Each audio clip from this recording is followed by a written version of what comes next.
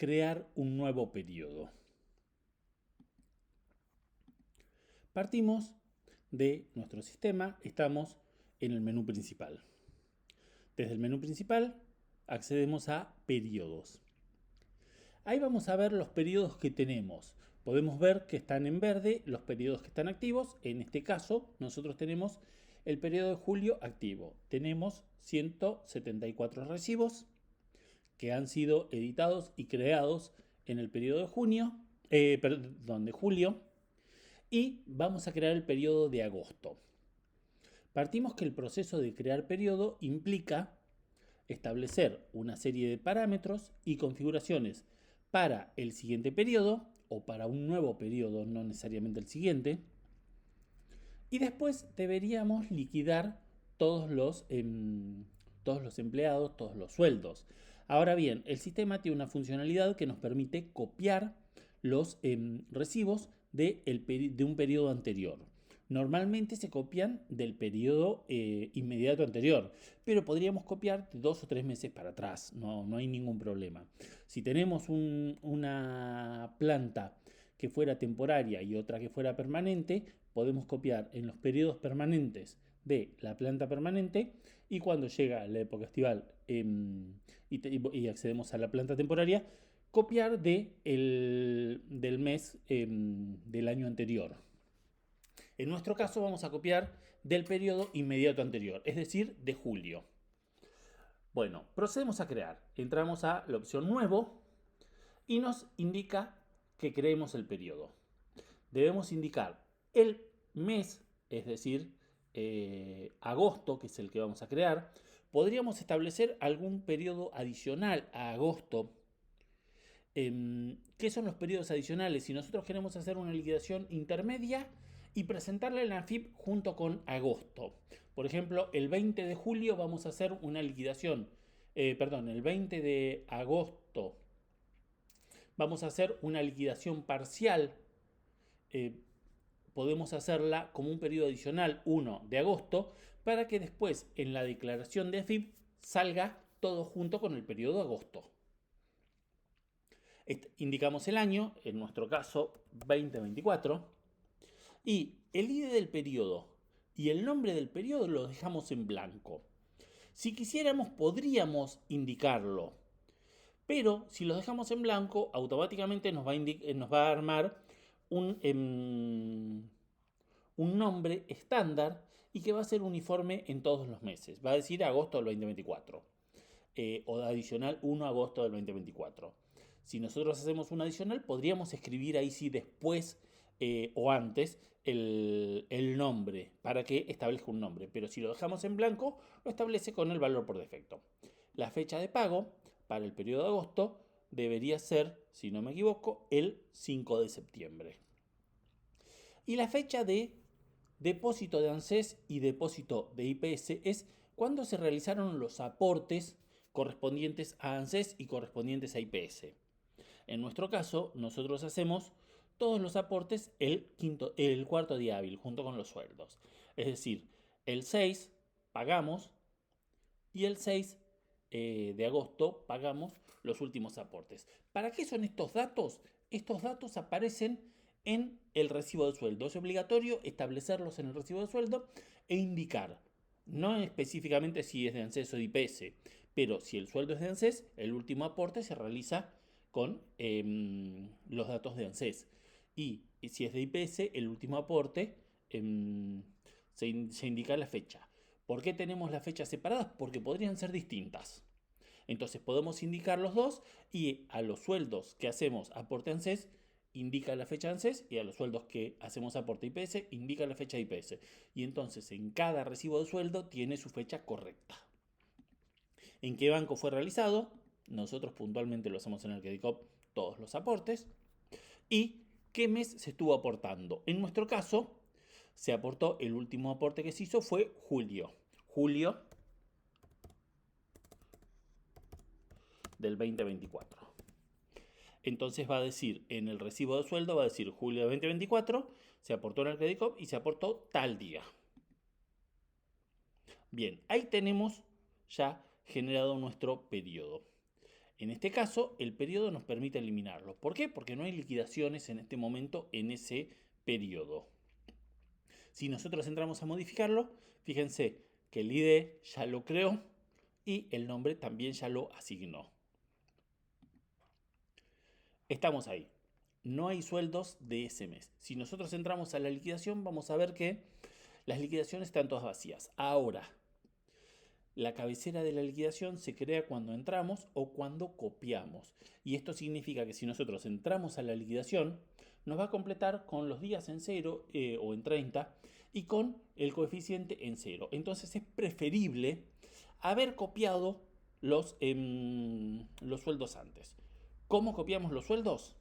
Primero, y es importante, el periodo de julio ya no lo vamos a utilizar más. Entonces sería importante establecerlo como cerrado. Nosotros entramos a modificarlo y establecemos que está cerrado. Una vez que está cerrado, nos indica en rojo. Y eso nos hace que no podamos modificar nada. Si nosotros necesitamos modificarlo, podemos reabrir nuevamente.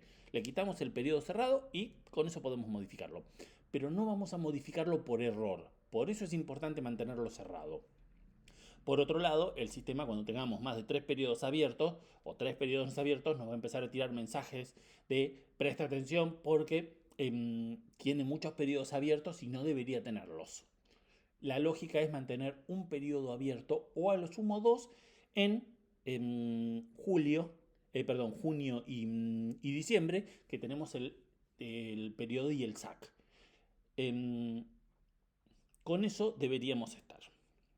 Y eventualmente en enero, si trabajamos el receso en una liquidación aparte, si lo trabajamos en la misma liquidación, ni siquiera necesitaremos eso. Bien, una vez que tenemos esto, entramos a el estado, es decir, al resumen del periodo. Haciendo clic en el semáforo, nos muestra el resumen del periodo. Y el resumen del periodo nos muestra que no hay ningún recibo, ni en ningún grupo, no hay ningún recibo. Tampoco hay recibos de incentivo y obviamente el resumen, que requiere un procesamiento un poco más elaborado, tampoco nos muestra nada porque ni siquiera tenemos planillas mecanizadas. Volvemos a sueldo y nos aparece abajo un botón copiar. El proceso de copiar lo que hace es tomar un periodo de origen y de ese periodo origen tomar los datos para transcribirlos a el siguiente periodo. Nosotros vamos a tomar julio y los transcribiríamos a agosto. Si nosotros tratamos de tomar agosto y ponemos, por ejemplo, copiar en este caso, nos va a tirar un mensaje de error. ¿Por qué? Porque no podemos copiar agosto sobre agosto porque agosto está vacío, de hecho. Y si no estuviese vacío, lo mismo no lo podremos copiar sobre sí mismo. Tenemos que copiar otro periodo. Entonces en nuestro caso seleccionamos julio. Ahora, copiar sueldo y copiar SAC. Tenemos dos botones. ¿Qué significa esto? Bien, el proceso de copiar sueldo lo que hace es traer la liquidación tal como está, o tal como está entre comillas, al siguiente mes. Toma la liquidación de julio y el básico lo copia, la antigüedad la copia, las horas extras, si hubiera, no las copiaría, las bonificaciones sí, las inasistencias no, y así define cada uno de los datos. La obra social y la jubilación, sí, también. El sindicato también.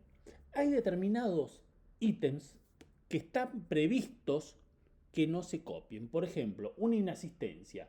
Una inasistencia normalmente no es crónica, no es que todos los meses faltás una clase. Si te tomaste licencia sin sueldo, es distinto. Pero la inasistencia es algo esporádico. Y como consecuencia, para el mes siguiente debería desaparecer. Entonces, el sistema las hace desaparecer las inasistencias. Los ítems que están parametrizados para no mantener, los saca cuando uno hace la copia. Esa es la copia de sueldo. Ahora, la copia de SAC es un poquito distinta. ¿Por qué? Porque lo que hace en realidad es a partir de un mes específico, por ejemplo, si nosotros tomamos en el periodo SAC de junio y copiamos de mayo, que es lo normal, porque junio todavía no está liquidado, lo que hace es tomar cada uno de los ítems del sueldo y los ítems remunerativos los suma. Y ese monto lo toma como base para el cálculo del SAC. Entonces nos hace una proyección dividiéndolo por 360 y multiplicándolo por un coeficiente que lo va a establecer en 180. Entonces, si nosotros queremos liquidarlo, copiamos el SAC y vamos a directamente tener calculados a partir del mes que tomemos todos los SAC con un cálculo proporcional a los 180 días. Si nosotros quisiésemos cambiar la cantidad de días, simplemente cambiamos el coeficiente y con eso ya lo está modificando. Y si quisiésemos modificarlo, también podemos. Pero esto nos allana bastante el cálculo. Entonces, lo que hacemos, resumiendo, seleccionamos el mes julio y después ponemos copiar sueldo. Estamos generando agosto, copiamos de julio. Nos pide confirmación, ya lo copió. Copió 100 y pico recibos. Volvemos al principal. Seguimos acá. Podría haber alguna discrepancia porque las cabeceras podrían estar vacías. Es decir, podría haber algún empleado que tuviera recibo y en realidad los ítems que hay no se deberían mantener para el mes siguiente. Uno de los ítems también, muy común que no deben mantenerse son los retroactivos. Entonces, seguramente me copió 141 recibos, pero acá vemos que hay 139. Debe haber 2 recibos que en realidad tenían retroactivos y por eso no los copió. Entonces, ahí tenemos nuestros recibos y si entramos a la liquidación ya los podríamos tener.